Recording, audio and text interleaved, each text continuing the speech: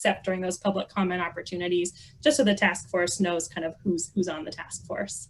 And we ask that in general you keep the chat open for technical troubleshooting, but when we get into our discussion period, we're going to try out using the chat for a little bit more chatting. So I'll explain that when we get there. All right, and I'll review our agenda for this evening. So this is our second meeting on our second pricing typology, highway tolling. So at our last conversation, this is a reminder, we used our equitable mobility framework to start the conversation around the opportunities, concerns, and questions that are emerging around tolling. And tonight we're going to get a quick recap of what came out of that meeting, but then we're going to dive a lot deeper into some specific questions and topics. To cue up that discussion, we're going to have Shoshana and Vivian from our strategy team give a little summary of what we heard last time, as well as some context about some additional perspectives around tolling and the ongoing I-5 and I-205 toll projects. And then we're going to preserve as much time as humanly possible for some discussion, and we're going to use a bit of a new discussion format tonight that we're really excited to try out.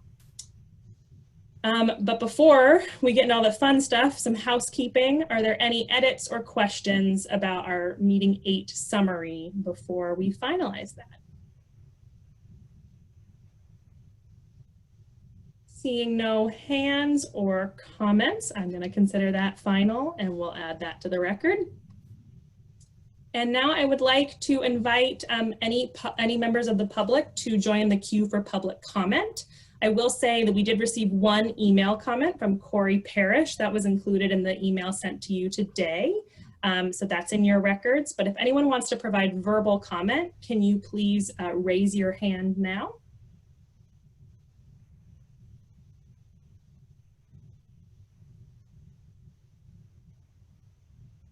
Okay. I'm not seeing any hands being raised, so I think we're going to have no verbal comment tonight, but thank you very much to those members of the audience who are joining us to observe this evening.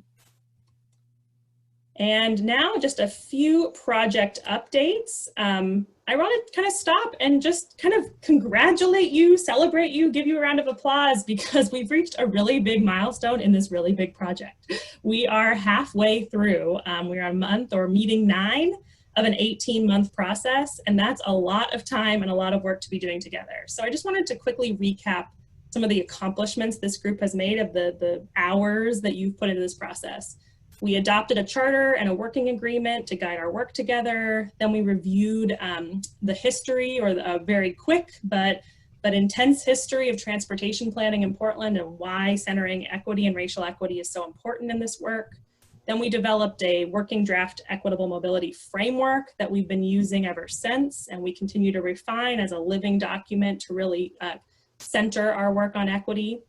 We then adjusted to Zoom. We remained committed to the project despite numerous challenges, COVID, wildfires, social unrest amidst a much needed reckoning around racial justice. And back in April, you all resolved as a group not to let your foot off the gas and to keep going, because all these events illustrate how essential advancing equitable mobility is. And now we're really deep into applying all that understanding of equitable mobility to pricing. We've talked about parking. We're going to come back to that. We're in the middle of talking about tolling, but I just really wanted to honor the time and the energy you've put in, and thank you for that. And so we're really deep in the work now, but we do still have a ways to go, but I hope you can kind of see where we're heading. We really appreciate your patience and flexibility to date. And we also want to acknowledge that we're on track, really. I mean, we were kind of, when we set out and we sketched out an 18-month process, we sort of wanted to be around here at this month, and that's a testament to you guys really sticking with it. We also are going to be reaching out to connect at this kind of halfway point with all of you to just check in. You know, we have the meeting evaluations every meeting. We really appreciate that feedback. We take it on board. We really try to incorporate it. But we also just wanted to talk after 9 months and hear how it's going, if you feel like you've been heard and that your comments have been incorporated to date, and get your feedback on how we can improve going forward. So please look out for that. And we'll share the kind of high level takeaways that we get from that outreach in a future meeting. Just saw something flashing down here, so I want to make sure I'm looking at the chat. Oh, thank you, Stephanie, for your nice words. I really appreciate that. We appreciate you. All right, I'm going to kick us off this, or I'm going to hand it over to Shoshana to kick us off. Shoshana and Vivian are going to help us set the scene for that deeper dive conversation, as I said. And Shoshana is going to start us with that summary of what we heard last time. So take it away, Shoshana. Thank you, and good evening, everyone. As Emma said, thank you so much for all the work that you put in over the last 9 months. We're really excited just to be here with you all. So just want to do, I want to say we're hoping to really have a lot of discussion time again. The discussion groups the last couple of months seem to be going pretty well. So once again, we're hoping to spend a bulk of our time discussing, but we did want to recap what we heard last time and sort of bring that forward. And we sort of shared the general sort of what is tolling, how could it be used, and then had some small group discussions about what are some of the sort of potential things that folks are starting to see with tolling, what are some of the potential revenue reinvestment options, and what are some of the concerns and questions that remain, and we heard a lot of them.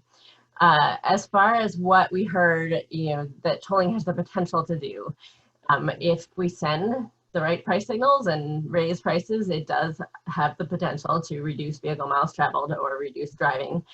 And in doing so, there is, of course, the potential to sort of improve reliability, improve the efficiency of the trips that are driving, and in turn, encourage more sustainable modes of travel.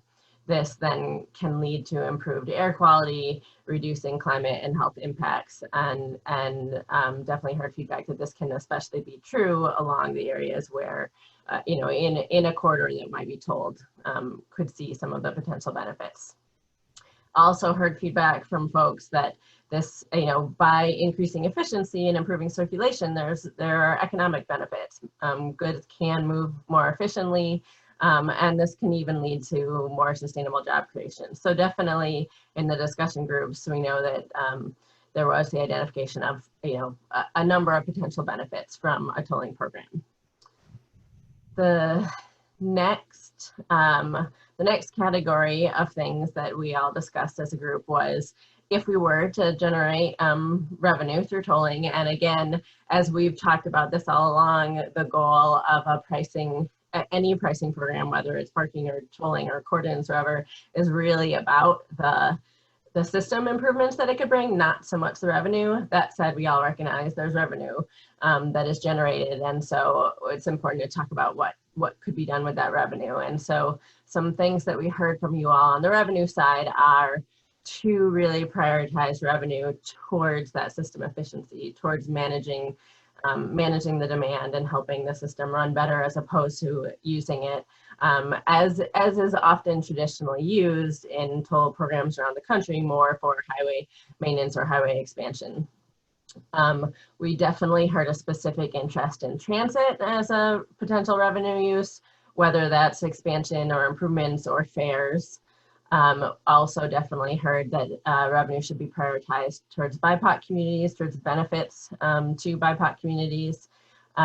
Sort of similarly with the not just revenue prioritization for transit, but prioritizing non-auto modes of transportation, whether that's transit or biking or rolling or walking or other rolling modes. And at the same time, and I think this is a theme that we continue to hear, there are plenty of reasons that people still need to drive, and we really need to acknowledge there are people who have cars, there are people who don't have cars, and there's disparities in car access, and we need to sort of think about all of those nuances when we think about how we're prioritizing revenue. And then also, really importantly, heard in the discussion groups the importance of thinking about the nexus of transportation and housing and the mitigation towards displacement impacts, and how can revenue help to support or help to mitigate those who've been displaced and the impacts of that. So those were, and we know this was not extensive at all, but these are some of the things, sort of a high level summary of some of the things that came up in the last discussion groups. And then really importantly, we also know a lot of you identified there are lots of remaining concerns and lots of questions. And so trying to capture some of them, there was a lot of discussion about fairly obviously affordability concerns as we raise prices. How would that burden low income people? Questions about diversion. If we toll on a freeway, will that push traffic onto local facilities? What are the impacts on those local facilities as far as safety or pollution? Burden just for those who are auto dependents, whether those are small businesses, gig workers, persons with disabilities, again, people who have been displaced, or just anyone who really doesn't have a viable alternative and would just then have to pay those increased pricing, whether they could afford to or not. Good questions about enforcement and impacts on personal safety. Also questions around privacy with a toll mechanism, privacy and the technology that would need to be used. Also some good comments about if we were to actually be successful and create less congestion, does that mean we're increasing speed? Do we get to a system where there's less overall VMT, but it's actually faster, and what is the impact of that?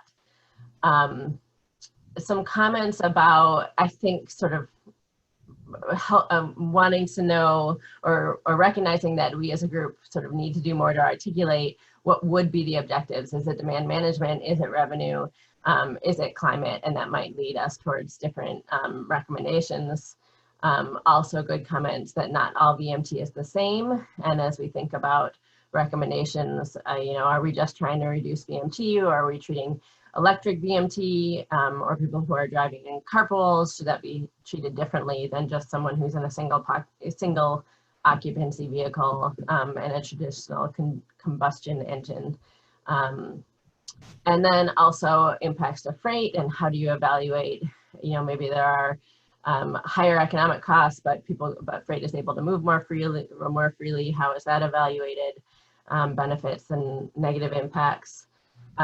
Definitely good questions that came up around restrictions of revenue use and the constitutional restriction, and we're actually going to come back to that one a little bit in a little bit. We want to talk a little bit more about that one.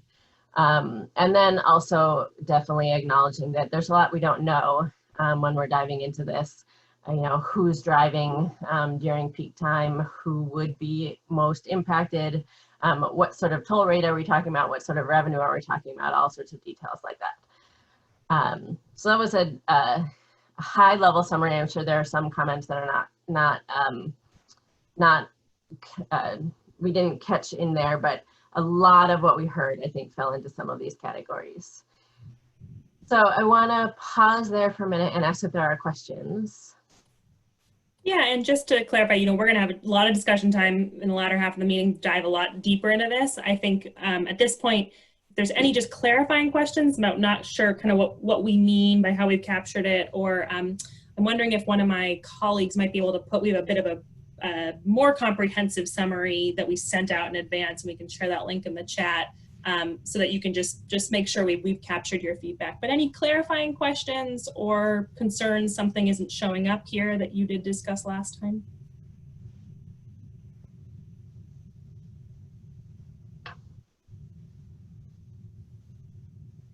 Okay, well, if not, then, oh, I spoke maybe too soon. Let's see. Oh, no, we've got the summary in there. Great. Thank you very much. So Michael's posted the link to the summary. That's just the kind of more comprehensive notes from those small group discussions, so you can see some of the nuance around these points. But with that, I'm gonna ask Vivian Satterfield, who's a member of our strategy team and a former task force member. You all know Vivian. We really would like you to hear from people that aren't just us, aren't just staff, and kind of hear that broader community perspective.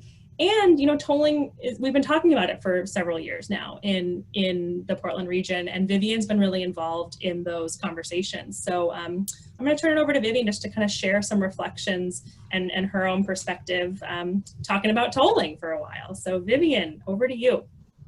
Thanks so much, Emma. Hey, everybody. It's good to see you, and thanks for joining us this evening to continue this conversation. I actually was trying to, as I was preparing for this evening and what I wanted to share with y'all, I had to go through some of my files and my old inboxes to look up, when did I start having this conversation? And I had to search under a number of different terms because I had to be like, okay, like when we first started talking about this after the 2017 legislative session, what did ODOT start calling it? And then I had to do a few search terms and I was like, oh yeah, they called it value pricing. Okay. And then, like what is Metro calling it? And so all that to say is that, there's been a lot of different terms for the concept that we are all becoming familiar with now, which is, how do you price, how do you price our roads essentially? Congestion pricing, tolling, all of this. But it was just funny to think about like all the different agencies and the way that they were trying to spin it in their own way and what they were trying to call it. So value pricing, I think, was the most obscure one that I've had to use to describe what we're doing here. And so I wanted to also lift up that, so again, that's a little bit of just thinking back on the history of when I first became familiar with it. Well, actually, I've been more familiar with it before because I'm from Chicago originally, and we do have tolling in our region. We don't have that here. So my first experience was a firsthand experience. And then through House Bill 2017, which happened at the state legislature, that's when I, in the transportation package, learned a lot more about it. And then I was invited in a professional capacity when I was working for Equitable Environmental Justice Oregon to serve on ODOT's first sort of public forum, their first public process related to value pricing. And even though I know that a final letter was sent in which Opal signed on with a few community-based partners who are also at the table, including like the organization I currently work for, Verde, sent another letter alongside the city of Portland. And I think there might have been a third letter. I couldn't unfortunately find any of those in my records, although they are a part of the public record, but I did find some things that I had written that I wanted to share at that time in order to capture the critical thinking around how do we address equity. And so I just wanted to kind of share that with you all to think back about some of the evolution of thought that at least myself that I've had when it comes to equity.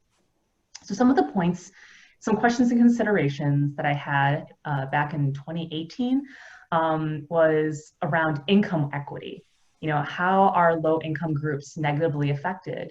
How will we address, mitigate a system that does place the burden of travel behavior change disproportionately on low income individuals?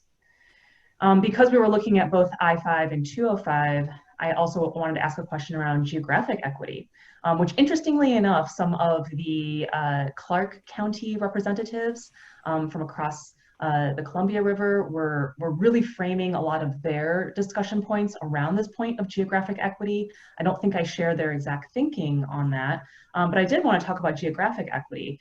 Are some parts of the region made worse off than other parts? Will traffic diversion from tolled routes negatively impact neighborhoods or reduce performance on alternative toll-free routes?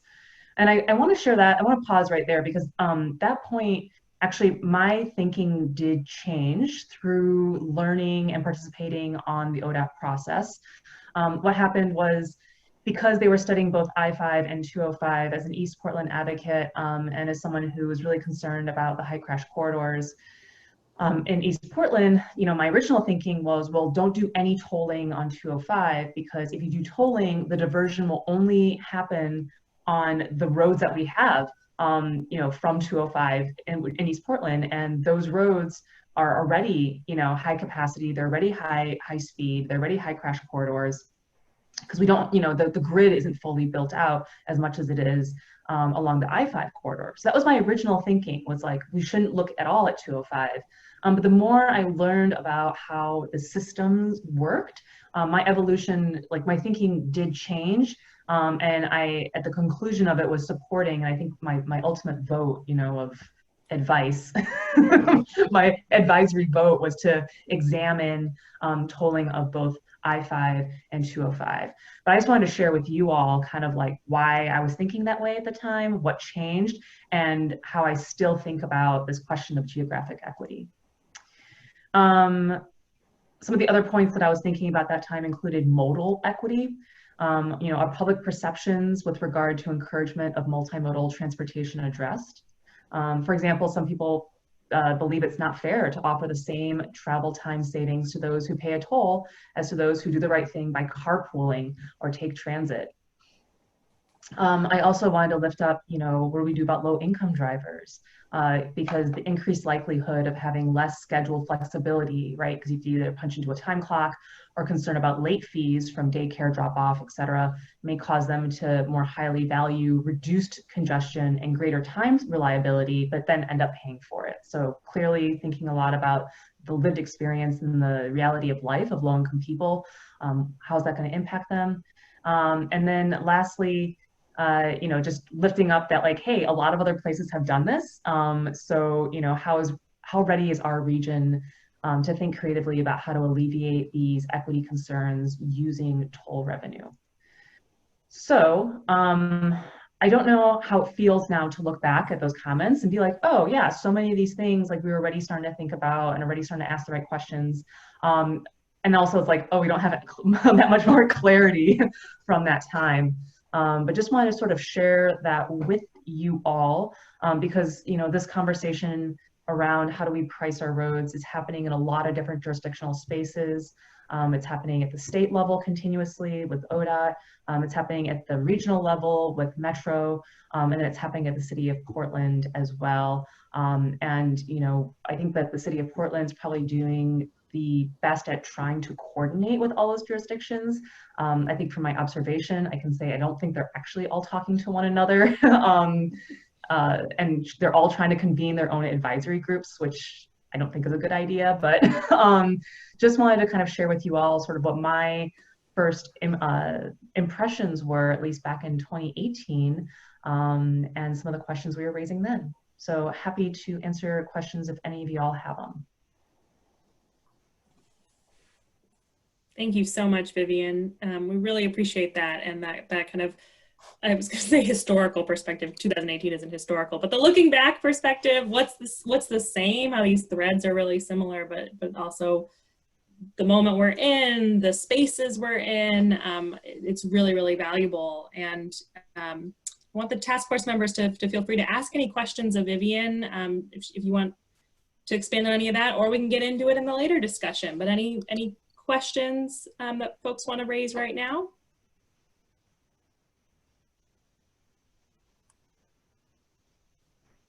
Adi, I see your hand up. Yeah, thank you, Vivian, so much for coming to talk to us. Your perspective is super valuable, and it's great to know kind of the history of these conversations and the various organizations that they've happened at. I would just love to hear more about the details of that evolution of thinking that you described, especially with regard to 205, and if you see any even tiny bits of clarity that are emerging. I mean, because these questions are so complicated and interrelated, I think you're right. There's been a lot of good work done asking the right questions, but do you see any light in it in any of those discussions that would be useful for us to follow?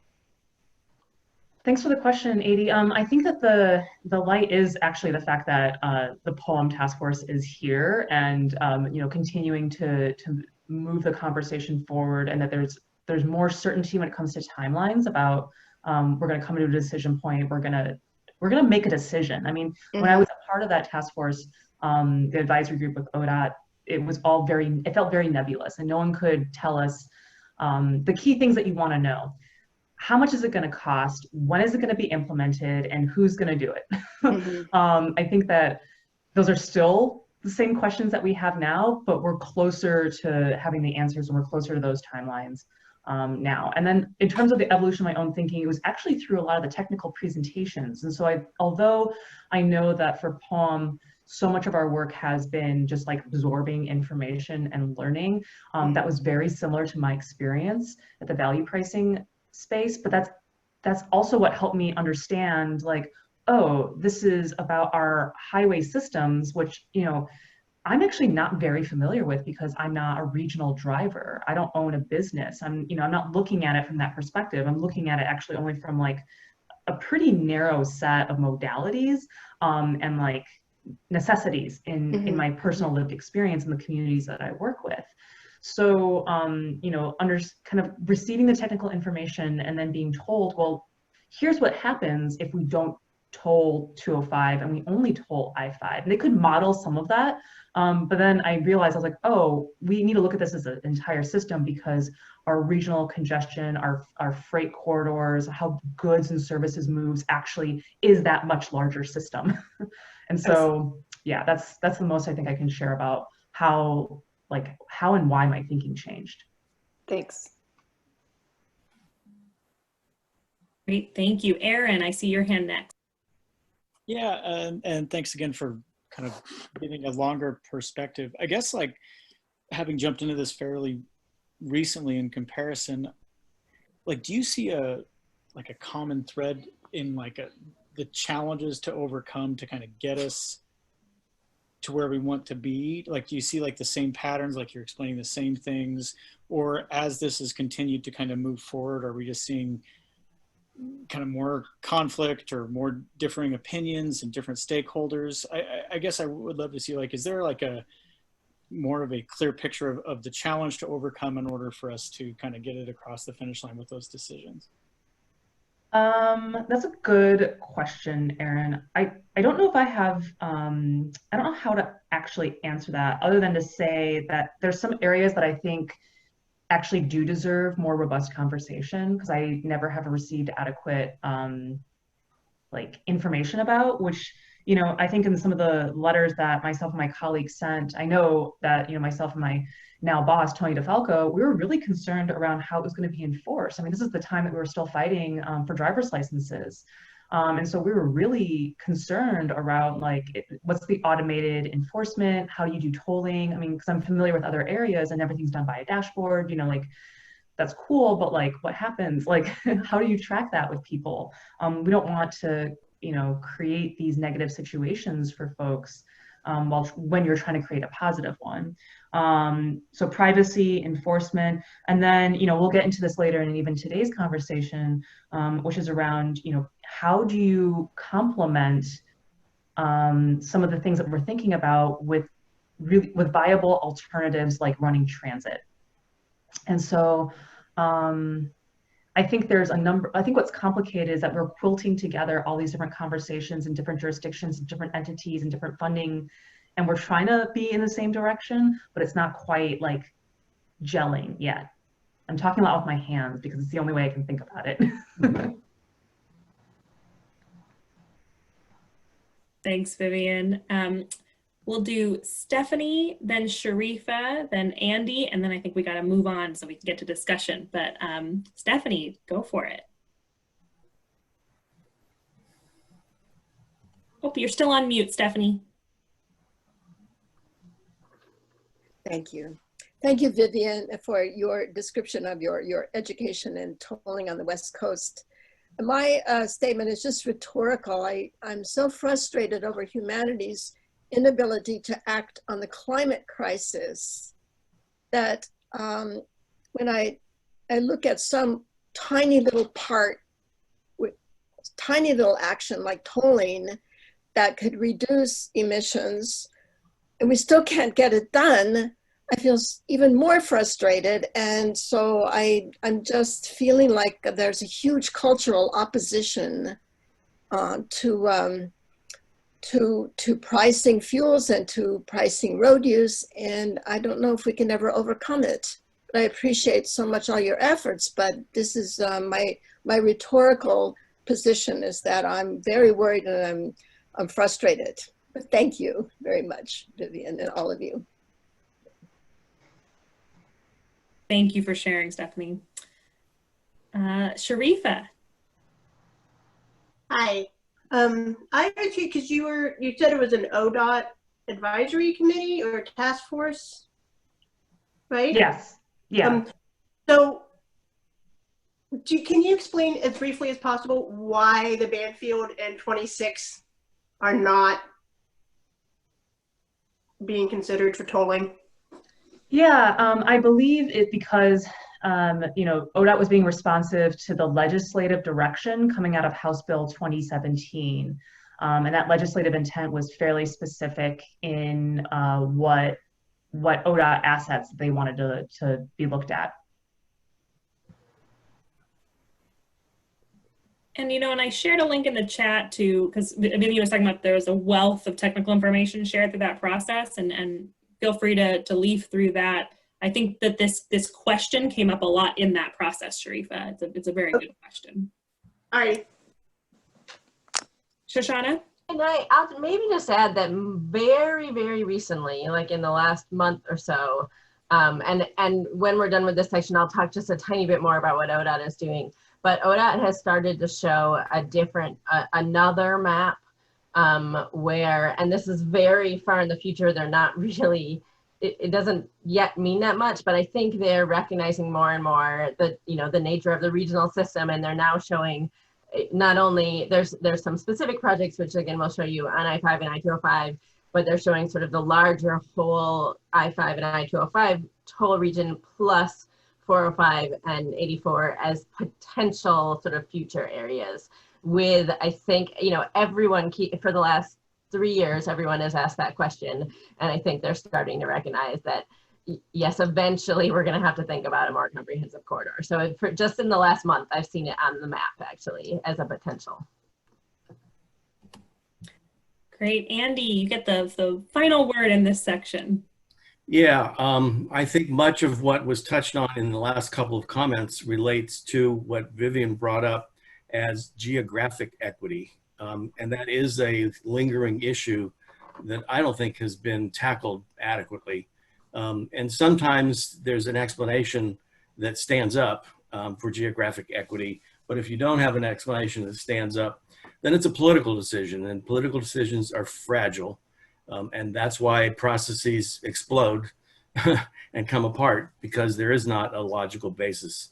The notion of Clark County feeling geographically inequitable, I don't think is that hard to explain. It costs a lot more to build a bridge to get to Portland's central area than all the other routes trying to get there. East, west, south, our surface streets, even surface freeways are cheaper than freeway bridges. It's just damned expensive to connect Clark County in without having to pay a premium of some sort to be able to do that. In the very bill that called for this, ODOT's current I-5-205 tolling, they funded a 217 project. Well, what's the difference between 217 being built for, quote, free versus 205 being built with tolls? That's one that you really can't explain away. And until we have a policy-based rationale that stands up and you can't disagree with it, we're going to continue to see processes fall apart. I totally agree with that, Andy. And I failed to mention that what made the task force process really frustrating for me at the time was we were trying to answer a few different questions with different premises. One was examine value pricing, tolling to raise revenue, and the other one was to manage congestion. Those are two, now we all know, those are two really different outcomes, and the strategies associated are going to be very, very different. But the value pricing task force back then in 2018 was given this task of let's learn and explore and try to do both. And it was very unsatisfactory. We were mired in process, and the outcome was what? A few letters saying, well, okay, after all that conversation, here are some of the questions that remain to be answered. And then here we are in 2020, the end of 2020, slowly moving forward. With a project that ODOT's considering in a public comment period right now that has both of those objectives still intertwined. One last point, and I will follow up tomorrow. ODOT actually, the OTC actually adopted a policy around congestion pricing and tolling probably a good decade ago. I see no evidence that it's being followed, and it does provide a comprehensive framework for how it ought to be examined that maybe we can exploit. So I'll get you that tomorrow. Thanks, Andy. This is a really good segue, from kind of the big macro and what's going on in our region. Shoshan's going to talk a little bit more about that, but we also then, the charge of this group is to advise the city and how the city shows up in those spaces. And to the great question about revenue versus congestion management, one thing we heard last time were a lot of questions about constitutional restriction on revenue. So I'm going to hand it back over to Shoshana to talk, I'm gonna first share my screen, hard to multitask, to talk a little bit about that and then provide a little bit more of that ODOT context. So take it away, Shoshana. Thank you. So yeah, well, first we want to lead with just talking again for a minute about the constitutional restriction. You'll see here is nice constitutional language related. It's not related specifically to toll revenue use, but related to use of revenue from taxes on motor vehicle use and fuel shall be used exclusively for the construction, reconstruction, improvement, repair, maintenance, operation, use of public highways, roads, streets, and roadside rest areas in the state. And I don't want to get into sort of dissecting each of those words. We did want to sort of share this is the language that exists. And then moving to the next slide, really talk about how, and I think we talked a little bit last time, this is subject to interpretation. And you know, we all recognize that, and I think they're moving forward. There may be other interpretations. That said, we want to be really clear about how sort of current interpretation ODOT has stated so they are interpreting right now that tolls are likely. They shared a slide in a different committee recently where it said, I think specifically likely subject to these restrictions. So even they're hedging their bets a little bit themselves. But you know, assuming that if we assume that they are subject to these restrictions, the types of things that are still eligible do include still transit facilities within the right-of-way, like whether that's a highway or a street, whether it's bus lanes on a highway or on a street, or stops or signals, signal improvements, things like that. Park and ride locations in or adjacent to the right-of-way if they serve buses. Highway pullouts to accommodate buses. Also bike and pedestrian facilities within the highway or street right-of-way. Of course, things like highway road maintenance and expansion, which lots of fuel tax is used for right now. Again, carpool lanes. And then EV facilities within the right of way. We have this one up here. I think this is the one that I personally feel least, I'm less sure about the sort of if there are existing examples right now on this one. We asked someone in our team who said, I think so, but I just want to acknowledge we should have put another asterisk on here because we didn't double check this one up the chain with ODOT yet, but it would stand to reason that they may be within the public right of way eligible as well.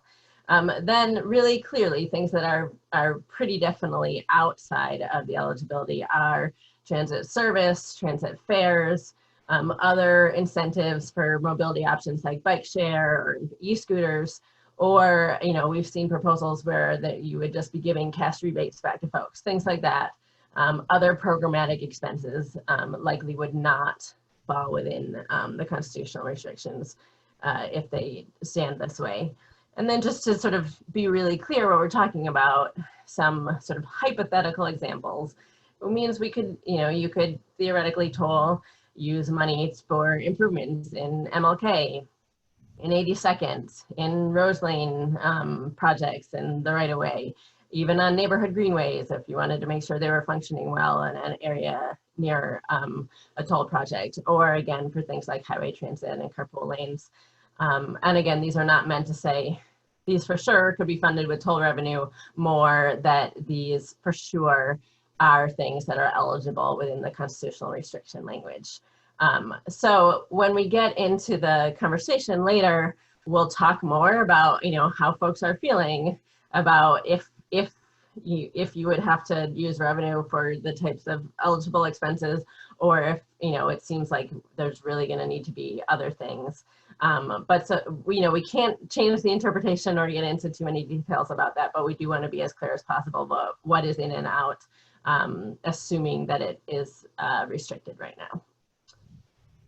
So then the other thing again, and I realized after this conversation we had, I want to acknowledge we are, you know, we're trying to strike a balance of having a conversation where, at least right now, we're not sharing a ton of technical information. We do hope later in the process to be able to come back and start to share some more modeling that ODOT is doing, and we'll have a little bit of a modeling tool where we'll be sort of sharing some more technical information with you all.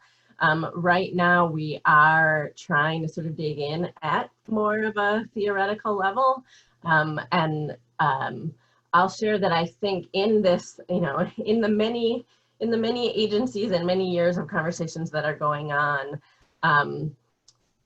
something that we're really hoping is the clearer the recommendations that we can get out of you all about if, and again, it's still a big if, but if there are clear recommendations about if tolling were to be done and do it sort of in X, Y, and Z way, I think that makes it much, much easier for city of Portland representatives, whether they're, staff in technical conversations or city council in political conversations, to say, yes, we think it should happen, but we think it should happen this way. And then can sort of drive the technical pieces. Whereas, to be perfectly honest, it's hard for the city to even show up sometimes really clearly when when we also know our community members have so many questions about, we don't think it could be done well at all. So it's a little bit of a chicken and an egg here. And I want to acknowledge that, though, that we're asking you guys for information when there's still a lot of information that we aren't sharing with you. So for what it's worth. So just really quickly on what is actually going on. And again, in the conversation with Vivian, we touched on this a little bit more, but again, in HB 2017, legislature passed this comprehensive transportation bill, HB 2017. And as was already noted, they directed the Oregon Transportation Commission to toll on I-5 and I-205.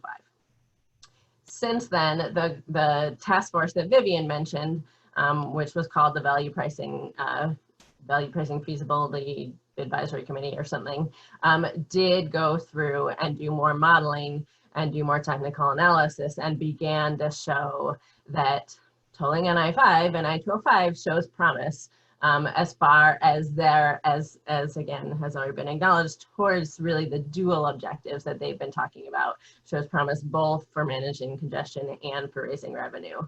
And at the end of that process, the most substantive step that I can think of is that they submitted a letter to the Federal Highway Administration to advance to the next phase, to move on to the next sort of national environmental policy phase of the project. So these projects are going to take years and years.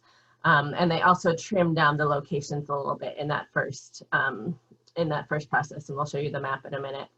And so now, starting back up in 2019, they are moving forward with this next environmental policy review phase. Something that is happening that was, potentially unexpected in 2017 and 2018 is they're advancing the two projects at different time, with different timing at this point. So I-205 and the project on I-205 is advancing more quickly than the project on I-5. And so maybe that's a good segue to the next.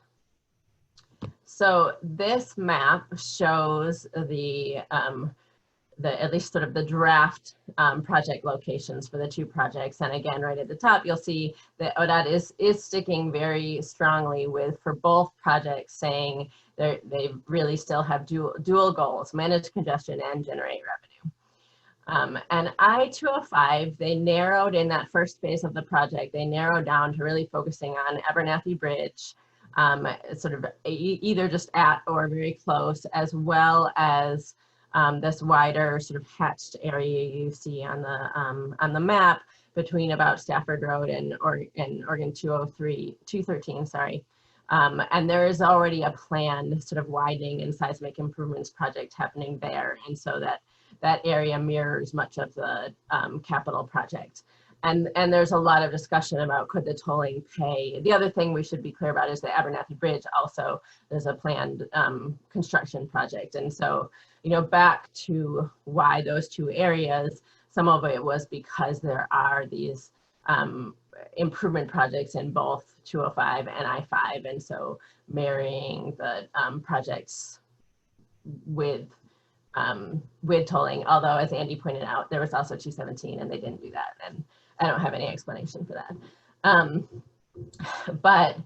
So 205, that's the tentative project location. And in 205, based on their schedule right now, they're setting they're in the NEPA process and setting the sort of official purpose and need statements for the project and the official goals and objectives, and then going through that tolling, they're saying and showing on their maps could begin as early as 2023. Whereas for I-5, they're in what is called, they're calling an environmental linkages and planning, I think, and doing sort of even higher level sort of initial traffic and mobility analysis. And they're focusing on about 7 miles through sort of the heart of the city of Portland, tentatively looking at starting around, or the north end being around North Going and Alberta Street, and the south end being around Southwest Multnomah Boulevard. I believe that those endpoints are pretty, they're definitely looking at those again, and that's one of the things they're doing between now and then, when they would start sort of the more official environmental review process like they're in right now with 205. And so they expect to start that. They wouldn't start until about 2022 for I-5. So again, they're about 2 years ahead in the process with 205 than with I-5, the way they're moving along right now.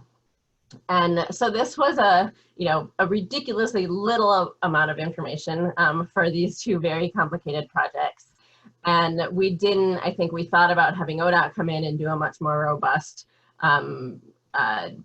presentation, but rather, ODOT is doing very extensive public involvement, especially for I-205, sorry, the one that's moving along more substantively right now. And it didn't feel like that was the best use of the time, is to just get into the details of ODOT when they're doing that in so many other spaces. So we encourage you to, I think we sent this out in the email, and we can send it out again. We encourage you to individually weigh in on their online open house. You can ask questions directly to their toll program coordinator. But we wanted to continue with you all and with our time together to really step back and say, that's the context for these conversations, of course, but have a broader conversation rather than, where do we think exactly the endpoints should be, to say what type of qualifications should be on a toll program if it were to move forward and advance in an equitable way. So that's still where we're trying to drive this conversation right now, and continue to get that sort of feedback. And then again, actually later in the fall, later in 2021, when we come back, we do hope to have some more technical analysis that is coming out of some other modeling work, and we can share that and see if that changes the higher level perspectives. But that's how we're hoping to have this conversation. And I see Monique just put a question in the chat about, is the I-5 project related to the Rose Quarter Lane widening freeway expansion project? I believe that the marrying of a toll project on I-5 was, again, somewhat related to the fact that there is this I-5 widening and freeway expansion project happening as well. But ODOT has, on the other hand, from the very beginning, or since they started after 2017, kept them as very separate projects. So they've said they've had the I-5 improvement project and they've had the I-5 tolling project, and aren't actually connecting the two together. I'm gonna just chime in here. We're running over a little bit on time, and I really want to make sure one of the things we'll get to discussing is the relationship between tolling and freeway expansion in the discussion. So I want to kind of hold that thought and come back to it. We had kind of one more kind of final slide. I think we kind of the gist of this is you guys are charged with advising the city. The city doesn't have the decision-making or implementation authority on ODOT facilities, but is a key stakeholder at that table. And so while we really encourage you individually to weigh in on the ODOT process, don't wait for us, go to that 205 open house. The reason we're having this conversation here, and we know it's confusing, but is because, as Shoshana said, the kind of clear direction from this group really helps the city show up as a key stakeholder. Sorry to jump in there, Shoshana. Anything else you want to add on this slide? Nope, that's it. I did see, I believe Elizabeth's hand was up. We can probably, oh, it's down now. But if you have one quick question, we could do it, or we can move on. Yeah, I guess this was back sort of a couple slides ago about, what the revenue can be invested in, because one of the things that I think is really interesting about tolling is that you can sort of programmatically reduce tolls for people sort of at point of sale, right? So, and it's not a perfect system, but as opposed to the other typology that we've looked at, which is parking, which I think where that's harder to implement, that's reinvestment is not the only equity opportunity, I guess is what I would say in terms of dollars saved for individuals. It's a super great point, and a kind of one of the first topics we're going to talk about in our discussion piece. So thank you for teeing that up so well. All right, folks, I'm going to keep us cruising.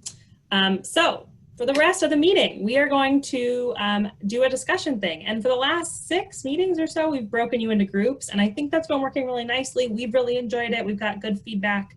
But we also recognize that the more we do that, the less we kind of understand what the entire group, like kind of what the tenor of the conversation is, and you don't get that chance to hear from everyone, and we're always pressed for time. So we thought we'd experiment today and stay in the full group for our discussion. And the way this is gonna work is we've split it into 3 sections. So we've got an hour left, about 20 minutes for each section. And we're gonna, in each section, start with a little push poll. And so what that means is it's going to be a survey, and you're going to want more time, and you're going to want more information, and you're going to want more detail, but we're going to push you to just give us your reaction, like one of those kind of like, what's the first thing that comes to mind questions. And that's really just to get kind of a temperature check and give us something to react to. And so we're going to do the poll, I'll show the results, and then we're going to have a full group discussion. So a couple of disclaimers, these are really complicated. The polls are going to frustrate you, but that's kind of the point. And we want to talk about the nuances. And we also recognize that when you're in a full group, discussion can be kind of tricky. So I'm going to do my best to make sure that everyone gets a chance to speak. But we're also going to set out some discussion guidelines that try to make this a balance. So I'm going to try to make sure we get a variety of voices. And we're going to use the raise hand feature so that we can kind of see who wants to make a comment. But you can also use your physical thumbs to give kind of thumbs up if you agree with a sentiment, or I've seen some folks using the reaction emojis. Those are fun. Feel free to use those as well. We also are going to let or welcome you to use the chat. So if you have kind of a follow-up point or a clarification question that you don't want to get in the queue for, but you want to kind of do it in a timely manner, put it in the chat, and Michael's going to be monitoring that for us so we can kind of keep that going at the same time. I'm going to stop sharing my slides so that we can have kind of more of a discussion feel. And then we're also going to have our fabulous note taker Mel capturing this all, and we'll be able to share that out with you in the summary. And all of this will go to inform our future discussions and eventually draft recommendations around tolling. And I'm not going to read you your working agreement. It's just a reminder to, we can disagree, and that is totally okay. We did not select a homogeneous task force, so let's just be respectful. Let's listen first. Let's try to kind of attend to impact, not intent. And we're all friends here. We're all here to have great and robust discussion. Okay, so our first section, our first 20 minutes is going to be about designing a toll program, and this is what Elizabeth teed up so nicely there. So in a second, I'm going to give you a link to the poll.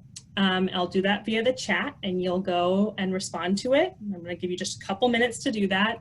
The first question, though, is around, agencies can design toll programs in different ways to maximize or achieve different outcomes. A lot of those can be mutually beneficial, but you can also tinker with different things if you have a different goal. And we heard one of the comments was, it's unclear what the goal is here. There's competing goals. So we want to hear from you, what potential outcomes should the city of Portland prioritize when it shows up in these regional conversations? What should we be saying is most important? The second question then is really what Elizabeth was getting to. When designing the toll programs, which types of discounts, exemptions, or rebates should we advocate for?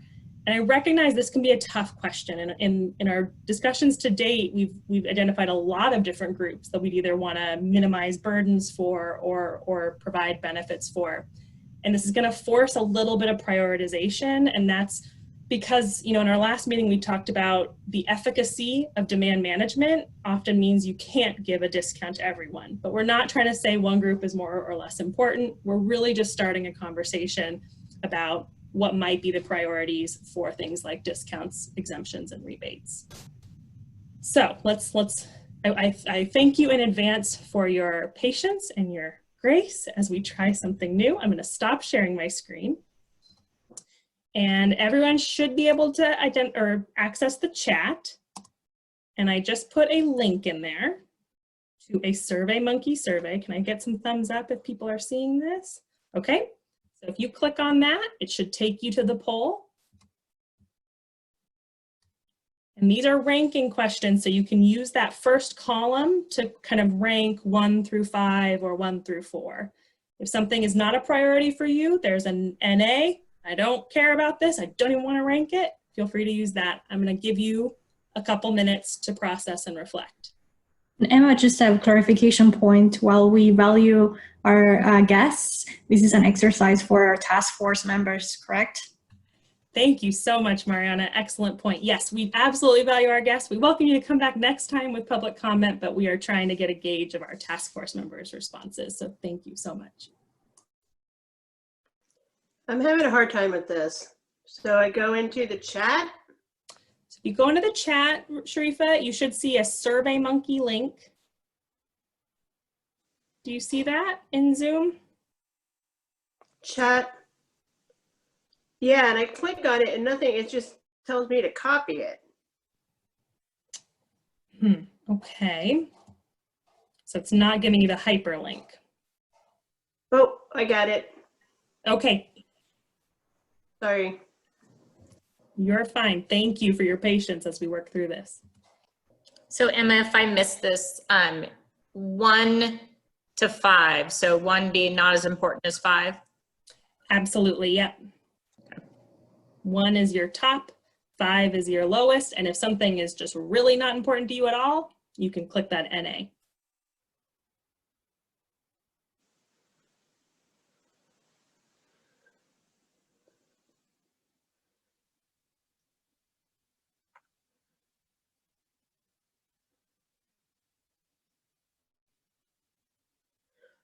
Wait, repeat that. 1 is important? 1 would be your top 1 priority, number 1. And then you go down from there. So 2 would be your second priority, 3 your third, down to 5. And if there's something on that list that you're like, I don't want to think about this at all, then you can click the NA.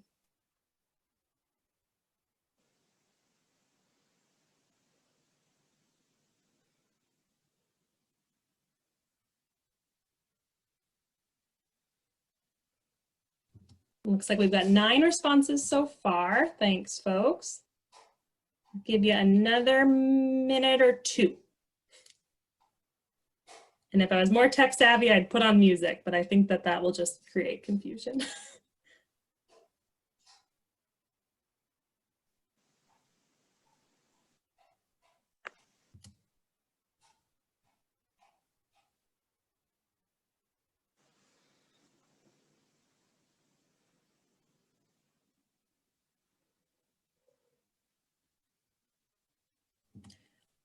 Mariana, if it's easy, can you tell me how many task force members we have today?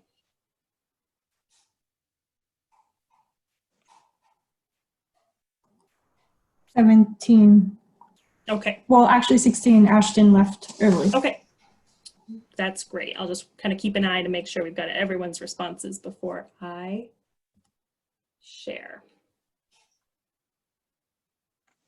Okay, looks like we're waiting just for a couple more.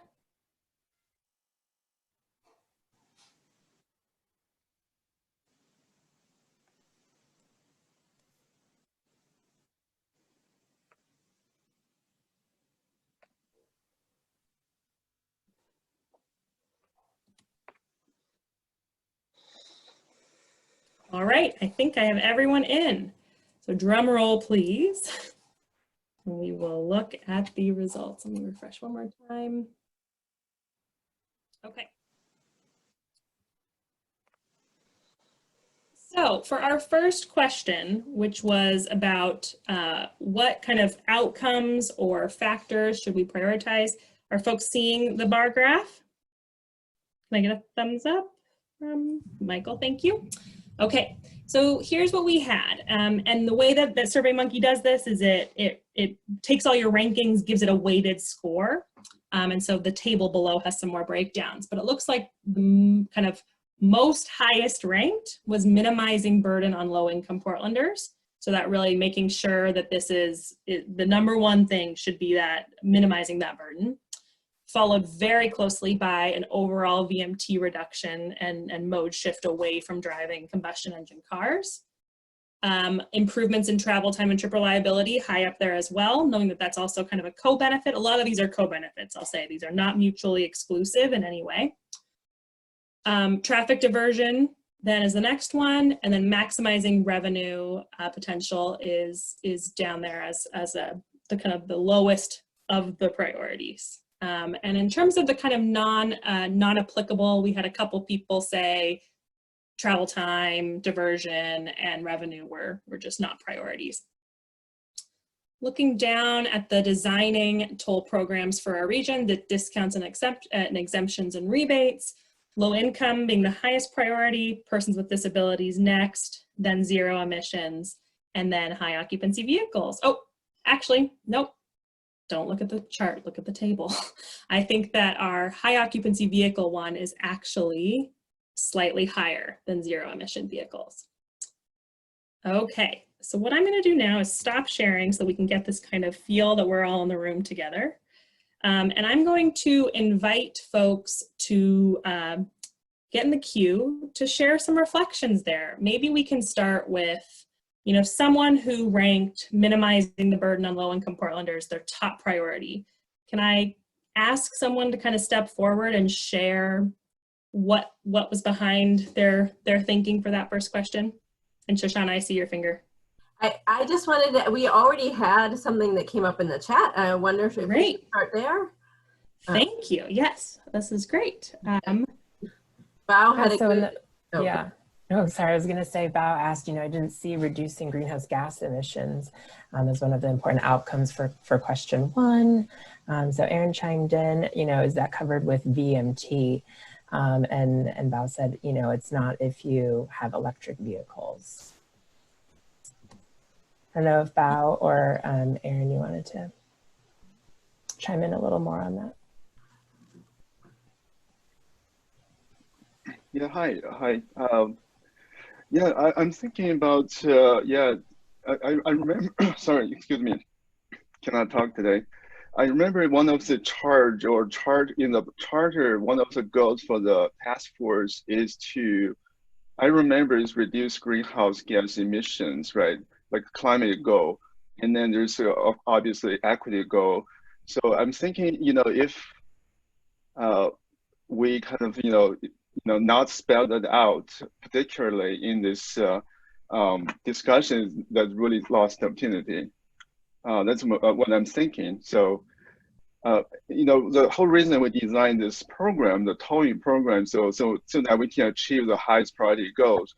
If, you know, if we don't achieve, implement this program, then it will not have burdens on any people, including low-income groups. So if we, I'm just trying to think about which one to go first, you know, so that's my comment. Excellent point, Bao. Thank you very, very much. Yeah, and I think that's really true that the VMT does not always, not always a straight corollary. We talked about combustion engine cars, but there's a lot of different kinds of VMT. That was a comment made last time.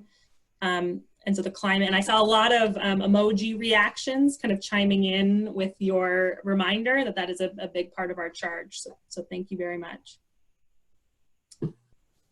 Others want to talk about that, like what should the goal be here? What should the outcome we design for be? Any brave souls want to share? I do. I don't know how to raise my hand fast enough. Go for it, Shani. But I think that our goal should always be reducing the burden on Black and BIPOC communities and the low-income people throughout Oregon. That should be the central focus. Otherwise, it shows time and time again that we will hurt these groups. There's no getting around it. We will hurt them. Thank you, Shani. Can I ask a question, Shani, a follow-up? Per Bao's point about we can't reduce burdens on something that doesn't exist yet. Is it about reducing the burdens of the congestion pricing, or is it about reducing existing burdens that people are experiencing? It's about not creating more burdens, right? It's about making sure that whatever we're focused on is really focused on not further impacting. Do you see a way for this project to reduce existing burdens? Honestly, no. I only see it as like a lot of potentials to increase burdens on a lot of people. Even if revenues were raised and invested in ways that made people's lives better? Yeah, but it's those revenues getting raised that's going to always be the issue. You know, it's not like we're raising the revenues through taxing people over a certain income. We're raising the revenues by raising prices on public services. Like, this is something that is consistently only going to disproportionately impact Black communities, people of color, disabled people, low income people, and there's no getting around that. But what we can do is really acknowledge that that's absolutely what's going to happen, and look at every single way possible to really not do this, because it's hard and it's painful, and especially with everything that's happening right now, it's not going to be better. People aren't going to be in better economic situations, so it's you know, it's a little scary to think about. Thanks, Chani. And I want to also come back to, we'll get to that second question too about whether a rebate or a discount or an exemption would change or would get to the great points that you're making. But let's first take a couple more of these hands that have popped up. So I think I saw Andy first, and then Jonathan, Justin, and Aaron. So Andy. Oh, Andy, you're still on mute. The frame of reference that I see starts with, why are we doing this project in the first place? Whether it's a road project or a tolling project or a combination of the two, what is it we're trying to accomplish? We're trying to accomplish some benefits in travel time and reliability and VMT and other things like that. Now, it's very important to recognize the potential for impacts and mitigate those impacts, if not create betterment, not just reducing of negatives, but produce positives. I can certainly see that being co-equal to the project objectives in the first place. But we're not here just to identify benefits to the BIPOC community. If we were, we wouldn't be talking about tolling and road projects. We'd be talking about other kinds of actions. So I don't see how that can be premier above everything else. It can be equal in the context of tolling and congestion pricing, but I don't see how it can be the premier objective. Thanks, Andy. You know, I think going back to kind of the charge of our committee and sort of how we've tried to define as a group equitable mobility. I mean, there's a lot of goals kind of packed in there, but we have talked about kind of the real question here is exploring if pricing and a variety of pricing strategies, doesn't have to be the same answer for everyone, but could advance equitable mobility, and we have kind of been explicit about that racial justice focus. So I really appreciate your comments, and I also want to acknowledge that was one of a driving force behind how this group was established and sort of what questions we're supposed to be interrogating. And the goals we have define a broad set of desires around that question. We're now talking about one of them, the one relating to tolling. We're not talking about everything in the universe that might lead to that. We're talking about tolling. And as we've kind of said, yeah, absolutely. As we've said, there's in mobility, you remember that wheel diagram we looked at? Like there's multiple strategies here. So it's not like this needs to be the silver bullet, but but a lot to unpack around it. And I'm seeing tons coming in from the chat. So I'm going to keep us rolling, and then I'm going to ask Michael to sum up for us. Yeah, I just wanted to jump in there because I think Bao had a comment that really gets to Shani's comment as well. And you know, he says Shani's points, you know, raise the question of benefits of implementing tolling outweighs the potential burdens. And any thoughts on that? So not to do like a spoiler alert, but that's kind of one of the last questions we want to ask. You know, at the last meeting, we asked that first, like, do we think tolling on the whole will advance equitable mobility or not? What we wanted to do today was have kind of the full conversation and hear all these different perspectives and then re-ask that question. So, but I think that is exactly the crux of what we are trying to discuss here. So I promise we will get back to it. Time does evaporate very fast. Jonathan, can I go over to you? Yes, hi there. So just quickly, I also agree with Shani that you have to look at the history of mobility projects in Portland, not just Portland, and impacts to communities of color.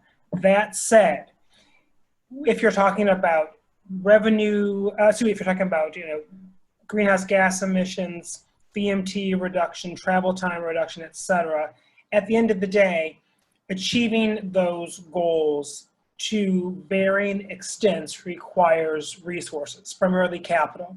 And so for me, my second priority was revenue generation, because any of those operational outcomes, the problem that you hear time and time again is, how do we pay for them? We can't afford to pay for them. There are these profound trade-offs. And it seems to me, if you expand the overall pool of money that can go toward mobility, then it strengthens the ability politically to change the constitutional limitation that applies to gas tax revenue, because you kind of grow the pool, and that might allow legislators to be a bit more risky, at least in their eyes, to liberalize those limitations. So for me, I thought it was really important to begin to take some of the wind out of the sails of, we can't afford fill in the blank. And so for that reason, revenue generation ranked really highly for me. Thanks so much, Jonathan. Justin, can I go to you next? Yeah. Thank you, guys. This is a lot of really great input. I just wanted to say, I definitely agree with Shani on this, and might push it a little further. And I think it lands on kind of that meta question that you were talking about. I don't think that any kind of tool we talk about is going to be the right tool unless it advances equitable mobility, and including tolling, which is why I thought of that first. But I think we also have to start kind of with the history lesson that we went through several months ago, from the premise that mobility is inherently inequitable right now. And so if we stay status quo, then we stay inequitable. And so we have to always push against that inequity and end up with a solution that, whether it's tolling or not, has to be equitable. And I think that, you know, we're probably going to find that we can solve some of it, but maybe not all of it. And to Jonathan's point, it would certainly help to develop, set in motion a system that can build clout to change the Constitution, because I was personally very shocked at how limiting that seemed as it relates to improving equitable mobility, that our hands are a little bit tied, it seemed, in what we can use the revenue for. But hearing Jonathan's argument, I might actually increase my ranking of revenue to be number 2 or 3. So I think you could probably move my vote over to the 2 column and increase that one. Thanks, Justin. And again, another spoiler alert. The next kind of poll we're going to ask about is really about revenue priorities too. But let's take Aaron, then Bao and Sharifa, and then I'm going to move us along because time just keeps going. Aaron, go for it. Thanks, Emma. And I just want to echo that this conversation is real, and I like this format as well. think we're all getting more Zoom savvy as the months go on. So I put revenue as one of the least priority, but I think I was taking more of a pragmatic approach where no one's going to be happy in the onset of institution of a polling. Of tolling on the road. No one's going to be happy at it, and that's why I thought, like, people will, I think, be more happy about it or less unhappy if they could see some immediate results. So if all of a sudden their commute time got reduced by 20% from the day before tolling started to the day after, they're like, okay, I get it. Like, this is there's an actual benefit here for I can put a price on saving 20 minutes and having breakfast with my kids before I go to work, or whatever those pain points trade-off is. And I totally get where Jonathan's going with we need to show the benefit. We need to show this revenue is like reinvesting in the community. That just seems like it's going to be long term and and it has restraints and things like that. This one seemed like the most immediate benefit. If traffic flows, if things just move, if our city moves more efficiently, then I think people will recognize the value of what they're paying for with the toll.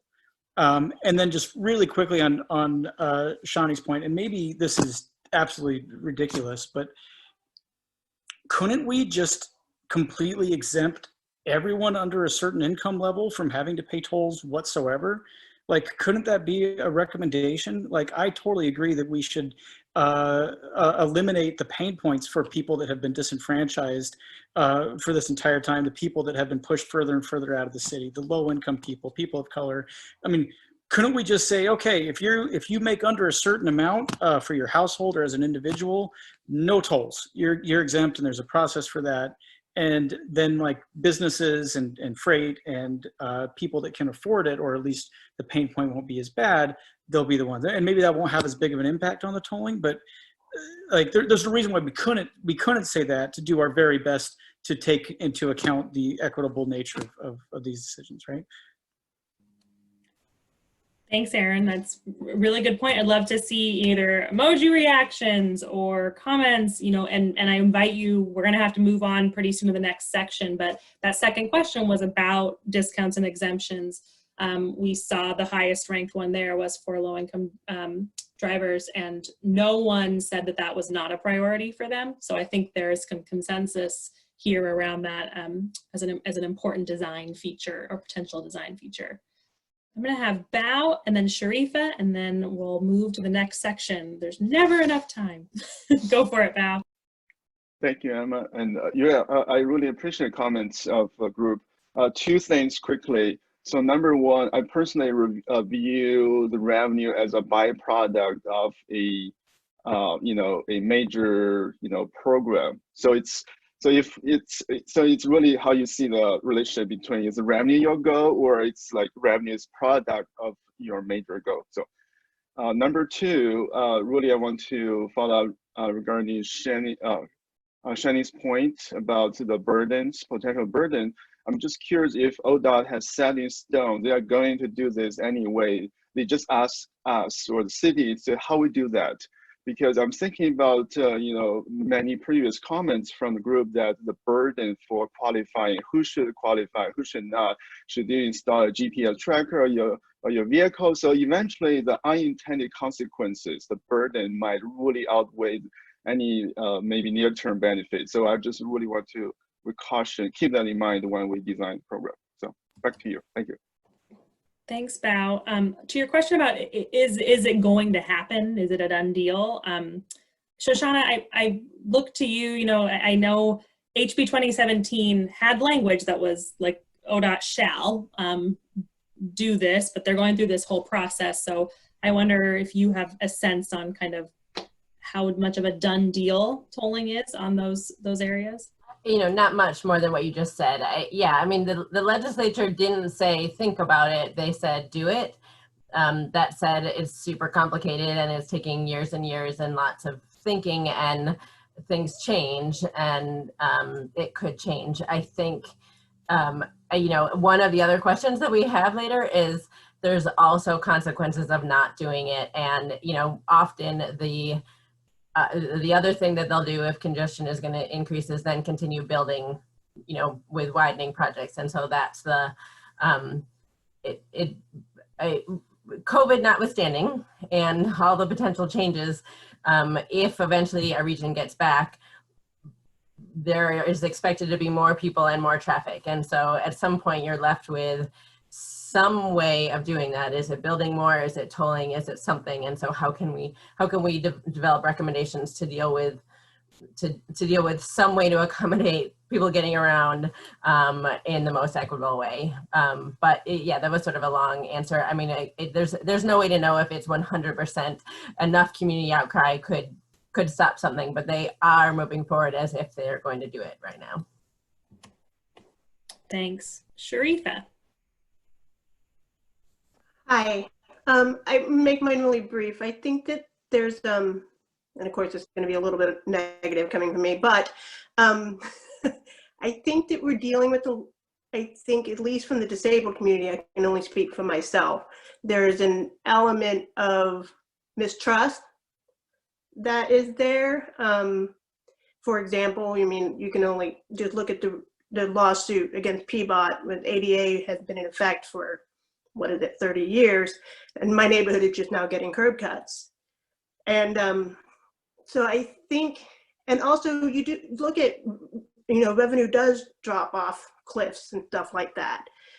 And even I think historically about the Interstate Act, I mean, the gas tax was supposed to go specifically to the interstate. And within a decade and a half, we were able to put in the light rail, you know, basically with that revenue, you know, and it took a lot of, which is a great thing. I'm not saying it's bad, but I think it just goes to show that you can have an intent when you start that doesn't stay.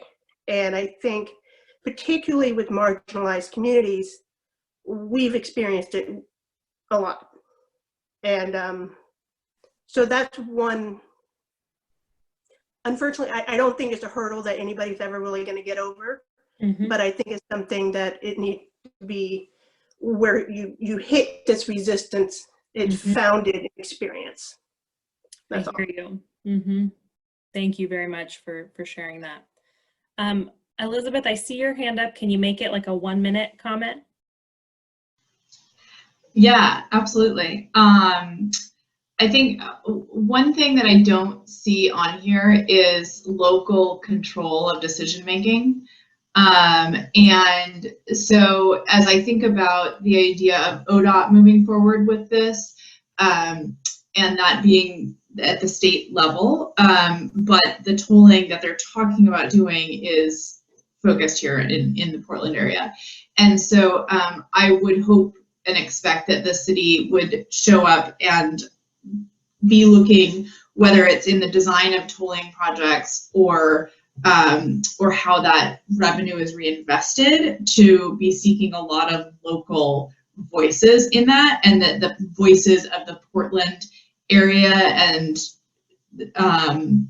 this region be weighted more than voices from, say, Bend, which may have, you know, if people are traveling through or businesses, you know, may have some relevant thoughts, but that the majority of those voices be local.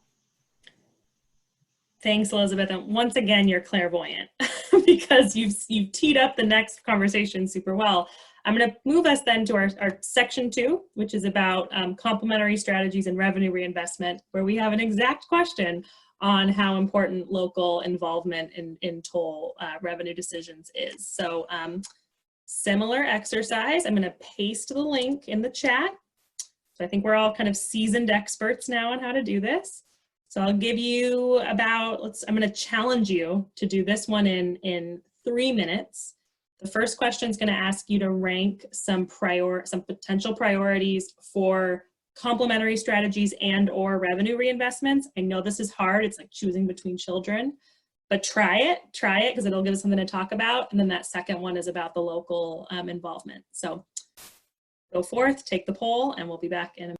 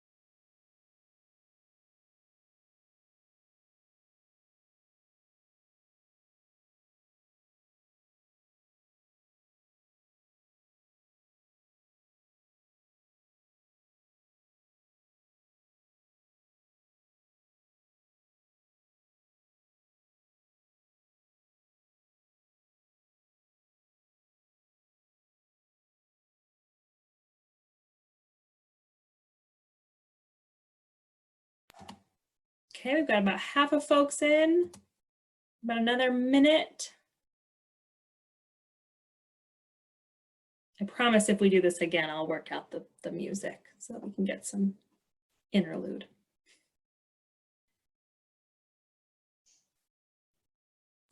It might be harder to think and listen to music. I know. Most people are more comfortable with silence than me. Okay, looks like we've got just 3 more people.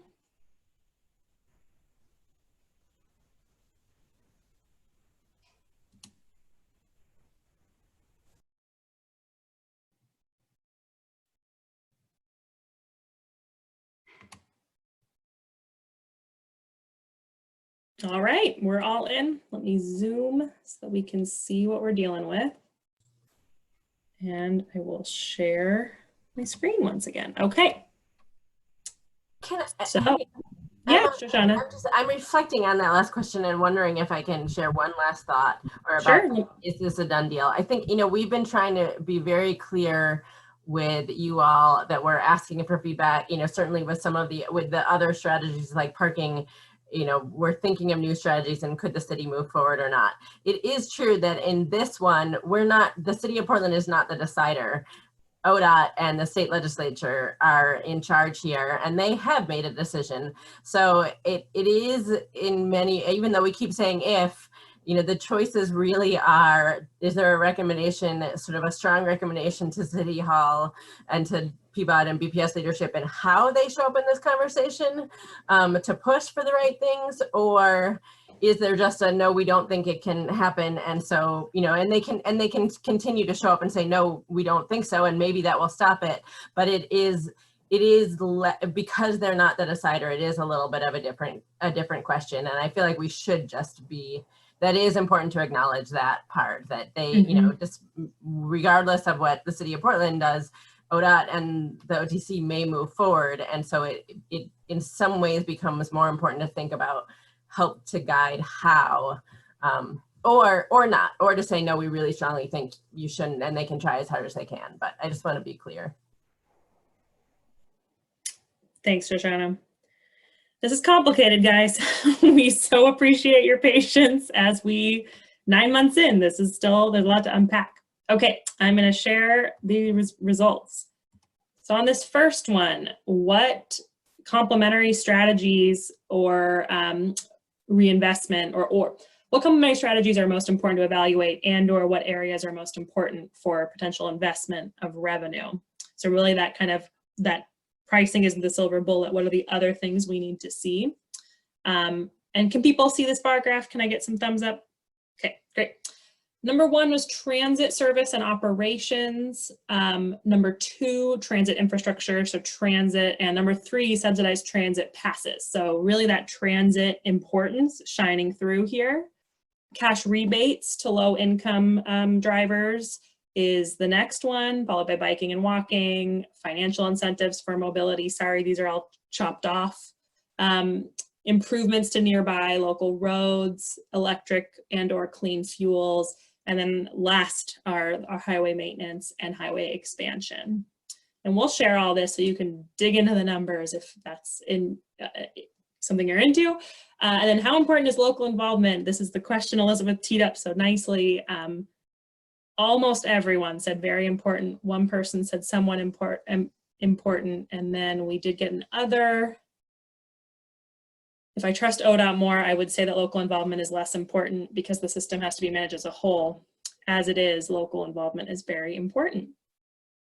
Okay, guys, so we've got some consensus or near consensus coming in around the local involvement, and a nice spread here, but really transit coming out in a lot of people's minds as a really top priority. So I'm going to open it up for conversation on this one. Does someone maybe who spoke? Well, I see Justin's hand up, so I'm just not even going to say. I'm just going to give it over to him. Go for it, Justin. I would not have been offended if you skipped me for someone who hasn't spoken yet. But I'll make it quick. It's more of a question. One thing that I struggled with in going through the answers, I was largely in line with the ranking that you showed, but the thing that I struggled with most was just trying to understand like which of these things will actually tangibly improve the lives of kind of disadvantaged people of color, like tomorrow. Like, is it more, because maybe it's sidewalks. I remember we had this conversation about, you know, sidewalks being rare in certain communities. Maybe it's transit passes, maybe it's cash back. I think if you had an answer to that question, then I would say put that at the top. Really great point. That kind of, not just the data on the pricing, but let's also, what's the data or the community sentiment that we know about what community needs and is asking for. Really, really helpful. And Shani gave you an emoji clap.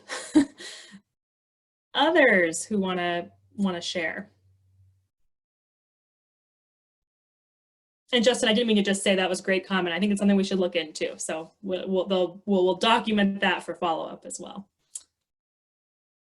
Jonathan, and I encourage the other folks who maybe haven't spoken. I feel free to use the chat, but if you're a little quieter, I'd really welcome you to come forward and maybe share why you prioritized what you did. But go for it, Jonathan. I was just going to say, at some point, as we refine our thinking or our recommendations around this, I think we are going to have to be very clear with our language regarding race versus class. And I think it's very easy to conflate the two. And depending upon what it is you're talking about, those are two different concepts. So just, you know, putting it out there, like if we give an income, you know, if we give a discount for everybody, you know, who's under a certain, you know, income level, you know, that's fine. And that may disproportionately benefit people of color relative to the population here regionally. But just to, I think it is easy to make an assumption all folks who aren't white are poor. And just to be careful about that. So that's all. Thank you very much, Jonathan. Really important point, one that I know has been echoed by other task force members who I see nodding now. So really, really appreciate that.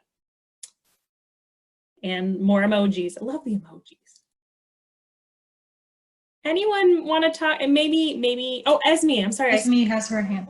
Yeah. Hi there. I was just thinking about, and this is always something I tend to bring up, that that list of potential reinvestment items did not include anything, and there were some things that passed the constitutional restriction. There are some things that don't on that list, but it didn't include anything on affordable housing and anti-displacement. And so if we're thinking big post lifting of constitutional restriction, I would really want to see that on the list. And then thinking about the things that are, in terms of equity impact, that do pass the current constitutional restriction. Boy, if there was a model that took the freeway tolling revenue and redirected that towards the transit and safety improvements on the orphan highways, on 82nd and TV Highway and all that. I think there would be a lot of potential for positive equity impact with that. So thank you. Thank you so much. Great points, both of them, and really hear you on the affordable housing. That came up in our last discussion too, and probably should have been in this list, and is a big complementary strategy. The land use piece, the housing piece, absolutely. Monique. Thank you, and great point, Esme. I guess I'm concerned that our tension between making it, I guess I don't want us to look at equitable mobility and say that that means we need to make it cheaper or as available for like low-income people of color to also like continue to pollute. It's kind of like the Paris Accord thing of like, after the US was like, well, we polluted a ton and now India, China, we're gonna try to put restrictions on you because we already polluted a lot, but you guys can't do it. Like I'm worried that we're kind of pushing together a tension of everyone should be able to drive their single occupancy car and pollute as much as possible, versus I think what the goal is we really want everyone to mode shift. And yes, it might be, you might feel the pressure or the squeeze to mode shift faster if cost is a bigger impact on you. But I think when it comes down to it, we want everyone to actually switch how they're traveling and how they think about transportation. So I don't necessarily have a solution to that, but that just kind of sounded like something that was coming out of the comments. Thanks so much for sharing that, Monique. And I think just one personal reflection, I think there's also kind of immediate impacts and then long-term systemic impacts of changes like this, and sort of like, what would we need to do in the immediate term to meet people's needs and people who do have disproportionate or different levels of burden. But then what's the vision that we're moving towards and the future we want to realize, and sort of how do those two dynamics interplay in the design and the reinvestment. I'm going to go to Stephanie and then Sharifa, and then we'll pivot to our last push poll. Stephanie, go for it. Thank you. Yes, I wanted to respond to Monique. As I look into an idealized future, I do not see a future without cars. Cars may be electrified, they may be zero emission, but I do not see us living without them. They are too useful for taking a sick grandmother to the doctor, a dog to the vets, or picking up 3 gallons of paint from Home Depot. There are things you can't do easily on transit or on a bicycle or a scooter or walking.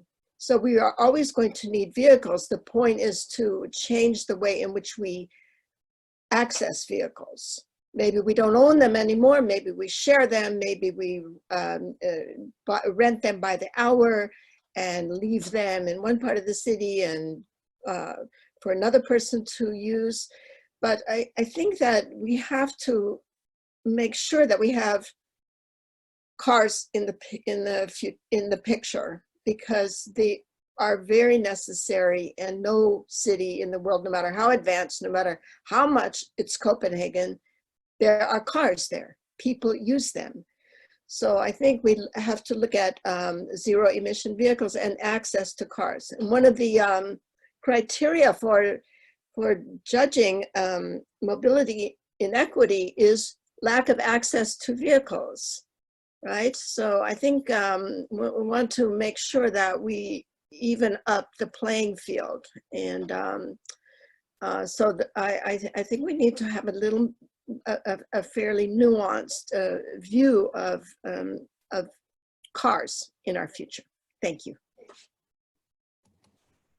Thanks, Stephanie. Sharifa, go for it. And while you're talking, Sharifa, I'll just invite, there's no pressure, but the folks that haven't spoken yet, if you do want to chime in with a comment, please feel free to raise your hand or contribute to the chat. We'd love to hear from you. Go for it. Yeah, I wanted to sort of back up the previous comment that I personally have encountered feedback from disabled people, though I'm one that can't drive. There are a large population of disabled people that can't take transit and that are vehicle dependent. And I think I wanted to make this really brief, that I feel like because I can't trust where the revenue is going to go, I feel like if I were to make any recommendation for tolling, that the expanded transit needs to come first. And at that point, I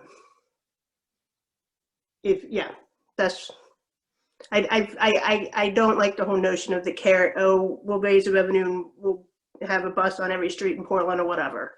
I think that that needs to happen first. I'm done. Thanks, Sharifa. These are really, really great nuanced points, you guys, and it's a really good discussion. I wish it could last forever. I'm going to ask for any final comments on this. The final section kind of brings it all together. We're going to look again at just sort of how we're feeling about tolling's potential, and kind of the constitutional restriction side of this, and the expansion as the other side of the coin. But before we kind of broaden back out again. Any final comments? Or I'll also look to Michael to summarize what we're hearing in the chat if anything hasn't been said yet. Yeah, I can share. There's some conversation going around about, you know, what is the penetration of electric vehicles in our current fleet? And thanks to Ingrid for pulling up some numbers in 2017, it was 2.5%. And so right now it's still below 5% overall. And then so there's some discussion around, you know, who is burdened by living near highways and breathing in pollution that comes from there. So there was a map shared, and it showed that BIPOC communities, you know, more often live near industrial polluters and highways. And then there's just so many great comments. And then Addie commented that, you know, the lowest income people do not even have cars, so investing in transit makes a ton of sense. So there was some agreement to that. That's the summary. And Sarah, I see your hand up, so I'll let you have the last word on this section before we do our final one. That's what I'm always waiting for, is that opportunity. I guess I feel like there's been a lot of thoughtful conversation that I really appreciate. I just wanted to say, I think as we're looking into the future, we have to remember that we're not comparing the way things are or the way things used to be with a future with congestion pricing. We're comparing a future on the trajectory that we're currently on versus a future with congestion pricing. And I just think it's really important to be thinking about those. The trajectory we're on creates a lot of human suffering, both directly in our own communities and also in communities outside of Portland. And I think the sense of urgency that I at least have around climate change in particular and air toxics is really strong, and the awareness of that human suffering, and that the fact that the trajectory we're on will only increase that human suffering and fill up our roads with vehicles so that we can't do anything or get anywhere. And so I just want to make sure that as we think about the future, it's always hard to remember that we're comparing two different futures, not the future under a proposal with the current, or usually, because we're humans, we're often 5 or 10 or 20 years behind in our minds as well. So we're not comparing it with the past. So I guess I just wanted to make sure that that framing comes up. Thanks. Really, really helpful. I think, you know, there's so many temporal aspects of this. I like this, like comparing the two futures, but also Sharifa's really good point about what needs to happen before we might be ready for something, and a lot of different perspectives here too, which is so great. We don't all have to agree, and we're having a really great and very respectful conversation. So I really appreciate it. I'm going to move us to the last section, which kind of pulls it all together and asks you to react to some big statements about tolling, equitable mobility, constitutional restriction, and other things. So I'll give you a few minutes. We're going to come back. We'll have a super quick look at it, a little discussion, then I'm going to let you out of here by 8. So take it away.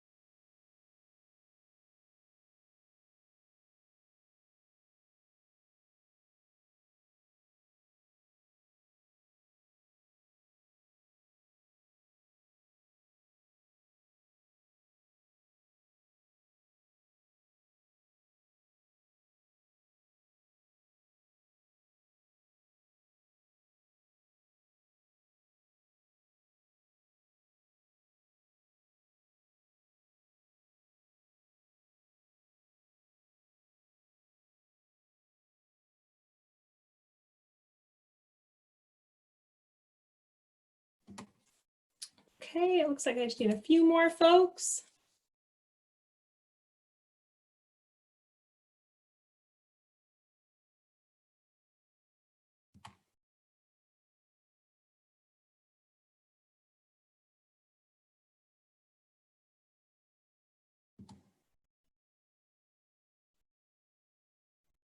Okay, we're all in. So I'm going to share these. I also, in moving too fast, I didn't make an important disclaimer at the beginning, which is that we're not yet at recommendation stage. So while we're asking these questions, and these are big fundamental questions, this is still gauging where we're at. We're going to come back in 2021. We're going to process all of this feedback. We're going to try to gather more information. Shoshana talked about a little bit of modeling information we're hoping to share with you, and we'll use that to refine recommendations. And I also want to remind folks that our charge says we do not all have to agree, that we'll record recommendations and we'll also record minority opinions. So there is no problem if there are different opinions in this group. That is why we convened you and selected you to be on the task force. But with that, I'll share where we're at on some of these big statements. Okay, so can you see my screen? Michael's for some reason always my thumbs up check. Okay, highway tolling has the potential to increase equitable mobility. Looks like a little under 40% of us, which is 6 people, said strongly, 8 people said somewhat with the right design, discounts, and revenue investments. And then 2 folks said they strongly disagree. They don't believe tolling can advance equitable mobility. Then we kind of asked a bit of another probing question. So if the revenue is subject to the restriction, so we can only use it on capital improvements in the right of way, tolling can still advance equitable mobility. And it looks like the conversation changed a lot, or the answers changed a lot. So we have 3 that still feel strongly agree. It's still, if designed right, could lead to significant equitable mobility benefits. 4 folks said that there could be some benefit, but not as much as if you had less, you could spend the money on more things. A plurality, 7 of us said that tolling, that they somewhat disagree. Really, tolling, they don't feel like will do enough to advance equitable mobility unless that revenue can be invested on things beyond capital improvements. 1 person strongly disagreed and 1 person wasn't sure. And then this one was a little bit about the 2 futures idea that Sarah shared, but highway tolling should be used in our region to manage existing highway system as efficiently as possible before we expand. 10 folks strongly agreed. 3 folks said that tolling should be evaluated, but maybe not implemented. It depends on the results. And 3 said they both need to be evaluated as our region grows. So really, really interesting information. There's so much more to talk about here. We only have 4 minutes left. So I guess I'm gonna ask kind of was anything shocking there? Anything like, whoa, I need to say this because that was so earth-shattering? Or do we just need to kind of sit and think? Or anything you haven't had a chance to say yet that you want to make sure you get to share with the group?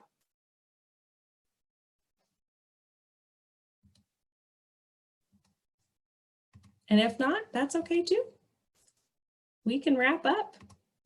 I think this has been such for me personally, I've really enjoyed this conversation. You guys are such a top-notch group, so smart and thoughtful and respectful, and it's really, really a pleasure to get to work with you and learn from you and engage in this conversation with you. So here's what we're going to do. We got a hand up. I do have a hand up. Thank you. Who do I have? Justin.